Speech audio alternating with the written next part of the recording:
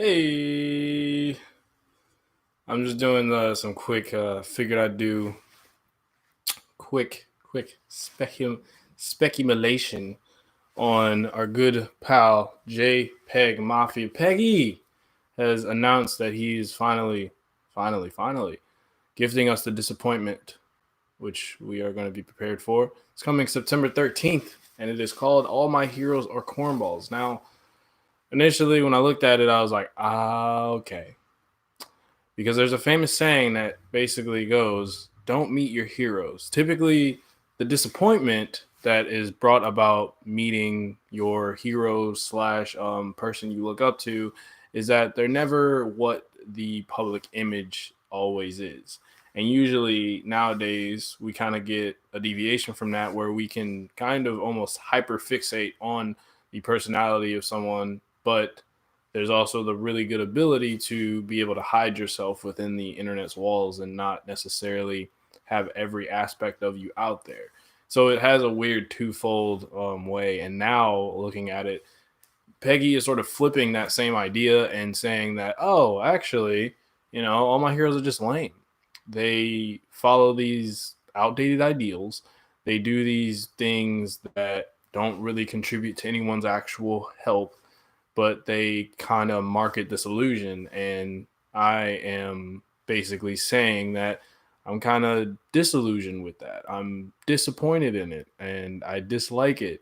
And so, what I think Peggy's going to be doing here is sort of kind of stripping down the idea of what we consider a hero, what we consider to be good, what we consider to be bad, sort of flipping it on its head. I mean, his whole marketing strategy is almost pretty clever because then if it is bad, which I don't think it will be, we already got a single that was really good. If it was to be bad, then you can't say he was lying. If it's really good, you could, but then you'll enjoy it. So there's no real point to be mad either way, I guess, which is pretty clever. And again, I sort of like the nihilistic marketing instead of it just being like, and this is no shade to any artists who do advertise themselves as like, gonna be fire, it's gonna be flames, everything like this is album of the year. And even him deviating in that manner sort of talks about the disillusionment that he has, because again, typical marketing is sort of, this is amazing, this is the best thing ever. And I'm not saying that that can't work.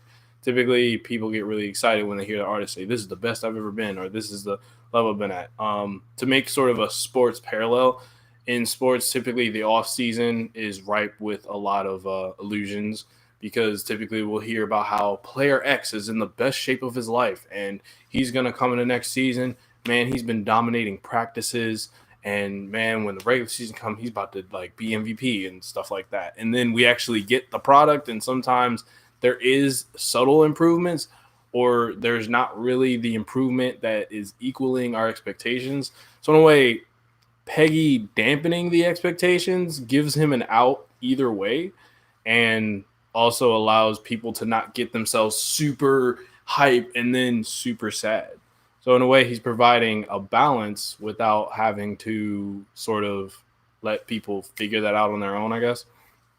But yeah, the trailer pretty much, because we had two videos prior to this where it was basically this person is disappointed. It was Kenny Beats at first, and it was really funny, and then DJ Dahi, who was also disappointed, and they all kind of expressed this sort of just like bewilderment and confusion at what they have just heard. Sort of, it's almost kind of terrifying, wondering what it's going to be, but then the single "Jesus Forgive Me, I'm a Thought" sort of indicates what we might be getting. Again, this disillusionment with heroes and the overall overarching idea of good kind of being stripped down. And I think we've kind of reached that level in mainstream media anyway.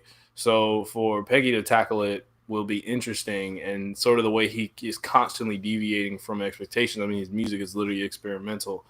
And it's funny because then he got put in his own experimental box when he first came out, sort of this idea that he's Death Grips. And Kenny Beats makes a joke like, oh, the fake Death Grips shit was working. So it's just funny to see, again, how he's going to deviate from that. And like I said, I think Jesus Forgive Me, I'm a Thought is sort of that first idea, that because Jesus is like, I guess, the first superhero in biblical terms, and I guess in human existence, if you believe he exists. If you don't, he's the first guy you kind of hear about that's like, man, he was the first dude that was OP. You can't really take him down. You can kill him, and he'll come back in 3 days, and then he'll make sure everybody's like totally chill and happy, and it's rad.